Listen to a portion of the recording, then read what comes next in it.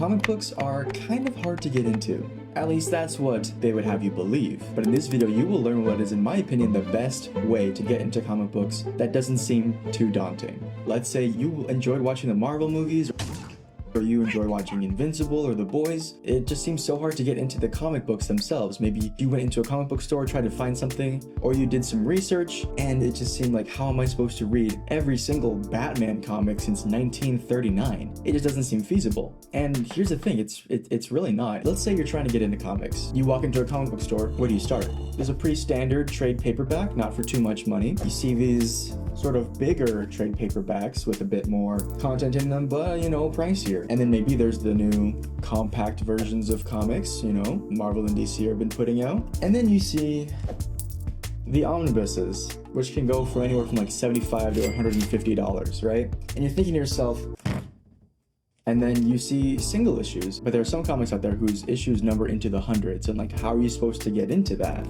Well, I have a solution for you. Doesn't matter.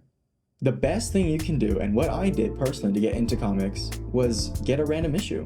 When I was still young, for Christmas, my aunt got me Justice League number 2 from the New 52. I've been a fan of superheroes for a while. I'd watched the cartoons, the movies, all that. And I'd read some, graphic novels for kids, but I wasn't keeping up with the current state of comics until I got this issue. In it, Superman and Batman fight each other, and then Green Lantern shows up to help, and eventually the Flash.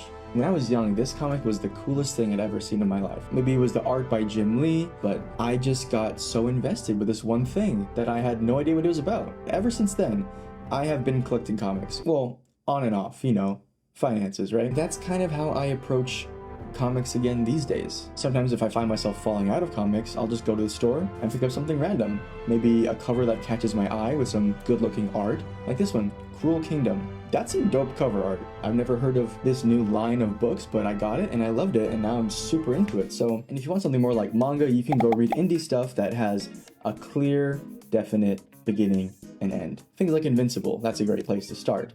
But if you really want to get into the big two, Marvel or DC, honestly, just go to the store, pick up an issue, see if you like it. There's too many people telling you, oh, you have to start with The Dark Knight Returns or Watchmen or these seminal classics, these must-reads. No, don't start there.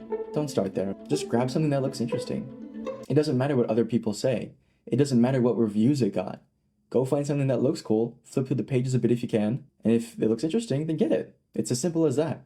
And then that might lead you on an amazing journey through the history of comics. Because I know when I started grabbing random comics off the shelf, I was like, oh, who is this character? Let me go back and figure out who they are. Oh, who is this person? What is this what is happening here? And that's what really got me invested. It became a mystery. So I implore you to just give it a shot. If you've ever been interested in reading comics but haven't known where to start, don't read the best graphic novels of all time. Just find something that interests you. A cover that catches your eye, or some art that looks cool, a title even, or maybe a hero that you've always been interested in. It doesn't have to be number 1. It could be number 17. It could be number 428. Just grab it and see if you like it. So that's about it. I just want to say thank you for watching, and I hope that this inspired someone out there to just go give comics a try. It's an amazing medium that I love so much. The superhero medium has had a huge impact on modern day pop culture. These character mythologies that continue on from the 30s until today, it's being a part of history. And I hope that you, after watching this video, will give them a try. Remember, don't stress about it. Comics are for everyone, and you'll find the one that's right for you.